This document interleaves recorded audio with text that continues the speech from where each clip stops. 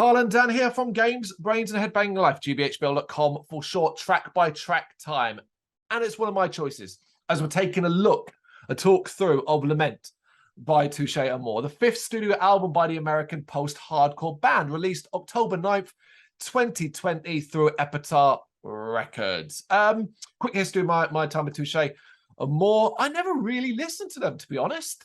I knew of them. I picked up tracks here and there. Always liked it. Early kind of post-hardcore band as well, and thoroughly enjoyed it. And I think it was this album that was it the previous one? Whatever it was that came my way for review. And that was the first full album experience I could remember giving this band. And I love this album. I came away loving it in so many ways. That's me. What about you? I know one of the previous albums, Stage 4. Mm-hmm. Of course. I really enjoy that album. Very good. That's how I know Touche Amore. I remember them briefly coming up in conversation when we did a run through the download lineup. I think they're near the bottom of the poster, and that would be one of the bands we both really want to see. Yeah. Yes, of course. I will talk a little. Maybe we'll talk a little bit more about Stage 4 when we get to the final track, because of the tie-in that exists there more than anything else. But yeah, let's get started with Come Heroin. It's an immediate hit-off feeling. What a great introduction this is. The strong post-hardcore melody and fast-paced passion excites me so much. I love this as an introduction to the album. Yeah, I really enjoy the ending, the drawn-back intro. I mean, the drawn-back screams and just going straight into it. It feels like if Casey were better. I really like Casey, don't get me wrong. I do like them. Oh, mate, you'll get the ire of the comment section if you keep saying things like that. Even I'm being careful. All right. Title track, Lament.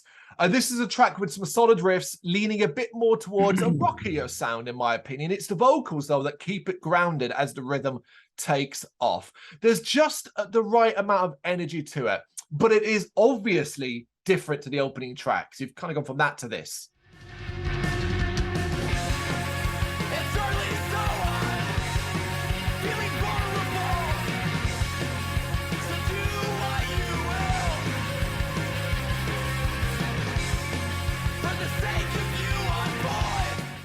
Yeah, the song really reminds me of a band called Last Dispute. Okay.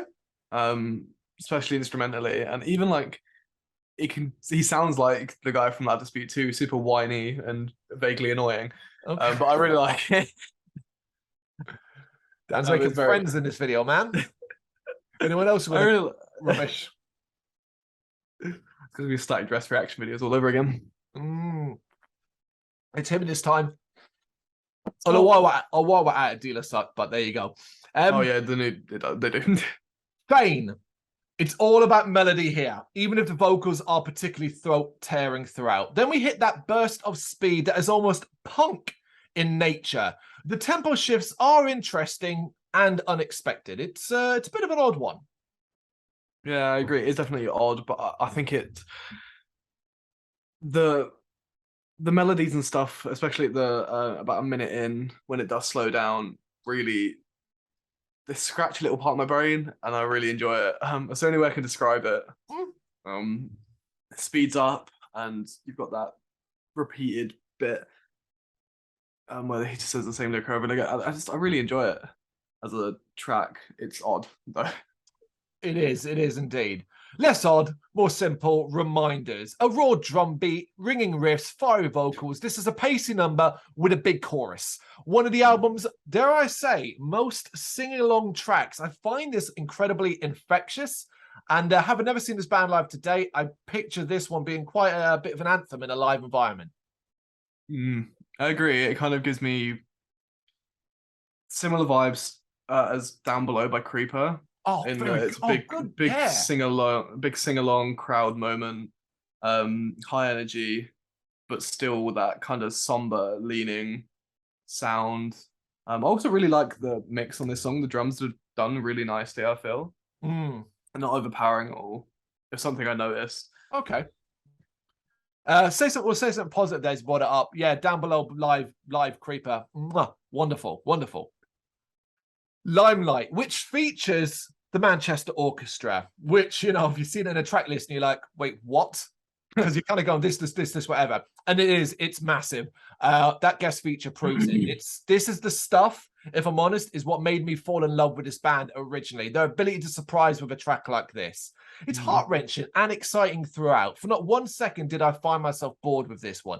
The stages that the band moved through across its 5-minute runtime, because you think it should be longer, considering, you know, orchestra, but it's 5 minutes, which is, all right, for a band like this, fairly long. It's very impressive.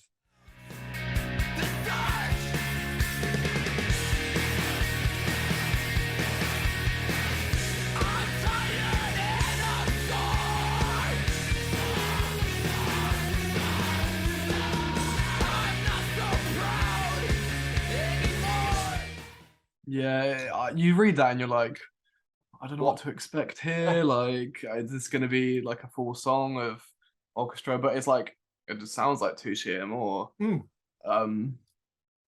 it's got a lot going on. It is definitely a somber little number. Yeah.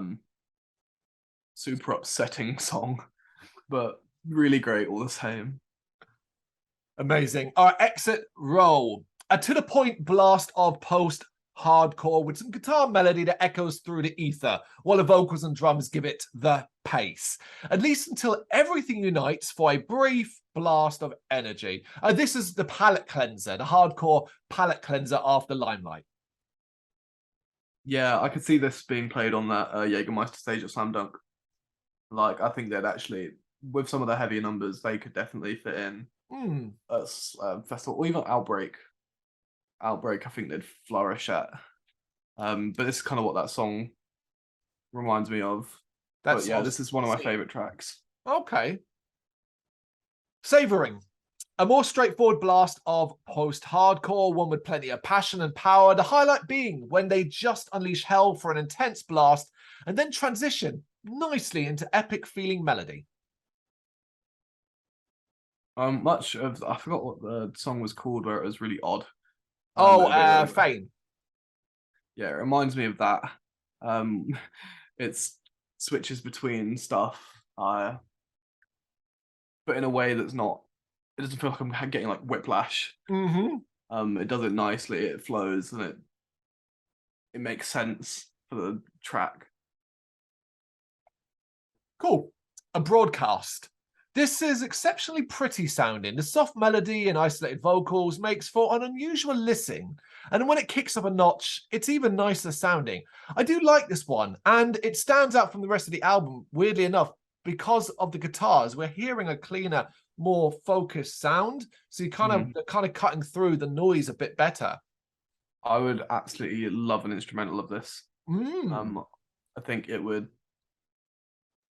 could almost fit in like a cowboy, like saloon doors go open. Okay. Walks in. It's just what it makes me picture because of some of the acoustic guitars and some of the little noises it's got. I don't even know what it is. Okay.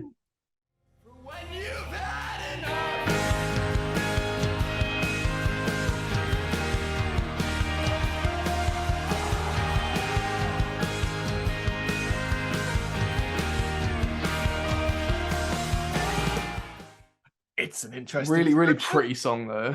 It is an exceptionally pretty sounding, as I said. Yeah, we're both in agreement on that. I'll be a host. A powerful rhythm, fiery post-hardcore energy, with all the wonderful Touche Amore touches that have made this album such a brilliant listen. It sounds like a very Touche Amore song, like it could have been on stage 4. It fits lovely. Yeah, absolutely. It's great. Yeah. Penultimate track, Deflector. I love that the penultimate track is one of the more uncouth and chaotic sounding tracks, yet it switches up in an instant and has one of the album's best choruses. Love this. Brilliant. I agree with you massively there. As a penultimate track, it feels like a kind of a big swell up almost before the last track, as often is with kind of albums and how they work. Really good track though. Enjoy a lot. And it kind of works quite nicely because if you don't particularly care for the finale, a forecast for obvious reasons, Deflector, it works perfectly fine as a finale too. Yeah. So a forecast. Now, this is, I would say not controversial because it's not the case, but this is obviously an unusual situation in regards to this track because when you first listen to it, you might be like, the hell is this? Like, particularly when you listen to the lyrics, because basically it's just lyrical content and it seems to be from a personal perspective, but a lot of it seems to almost be tongue-in-cheek to a certain degree, you know, talking like a diary page almost. And then the last minute or so explodes into very melodic but heavy post-hardcore with more passion in it. And it's unusual. Now, when I first heard this, I did not understand it. And then I did understand it, and that changed it so much for me. So if you don't know, people, the reason why I remember at the start I said I'll talk about stage 4 when we get to the end is, of course, stage 4 was the Touche Amore album written by the vocalist, lyrically at least, in regards to his mother's cancer. It was what would kill her, stage 4. That is what would kill her. Obviously, the expectation then when this follow-up came was what's going to come from that. Basically, that's what a forecast is. It's the answer to that. That opening first couple of minutes where he's just talking about things, about how he's grown and how what he's learned. If you listen to it, once you know that and listen to it back, when he talks about losing friends and his phone didn't ring and how it didn't really bother him now and what he's learned and picked up since then. I lost more family members to the not the cancer, but the GOP. That line there hit me so fucking hard because it was like, he's like, you still see that as a loss. Although it's wildly different losing a member of the family to cancer, the horrendous disease that is cancer, or members to a side of politics that is incredibly, divisive. I find that amazing. This is basically one of my all-time favorite tracks these days. It's a gobsmacking track to me. It continues to blow me away now when I hear it. The honest lyrical content, the lovely melody, the intensity of that finale, him just screaming, "I'm just out in the rain." Brilliant. Just absolutely brilliant. I couldn't believe how good this is. If I want to listen to the one track from this album, I often would just go to this one, even though there's so many good other things as well. And it's like, no, dude, but I love this so much.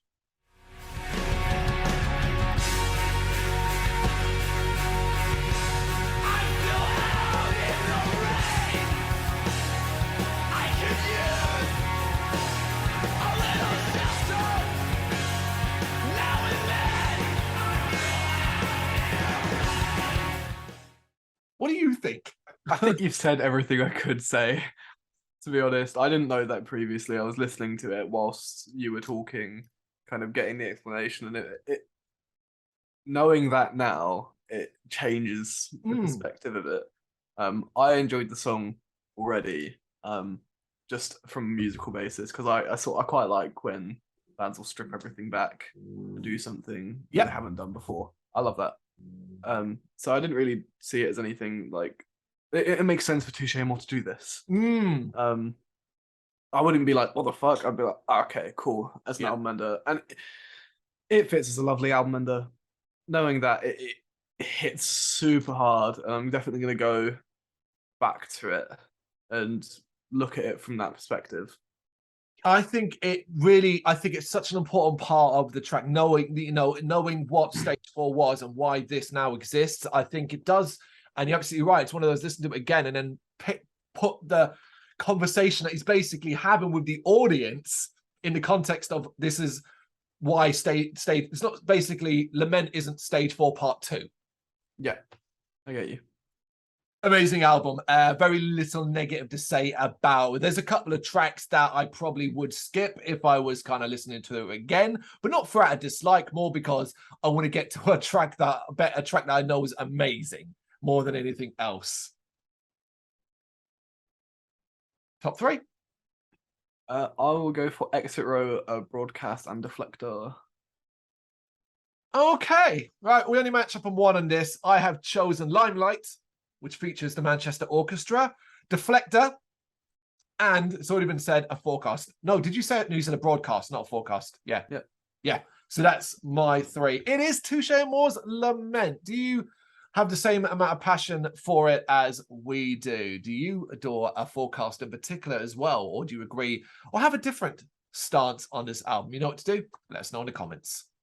Thank you very much for watching. If you liked what you saw, please help us out by giving us a thumbs up and hitting that subscribe button. If you really liked what you saw, consider donating to keep the website and channel running by buying us a coffee via our coffee page or picking up some merch from our Big Cartel store. You can check us out on gbhbl.com as well as via our social media, Facebook, Instagram and Twitter, as well as listen to our interviews via SoundCloud, Apple Music and Spotify. Just search for GBHBL. Games, horror and heavy metal. What else is life for?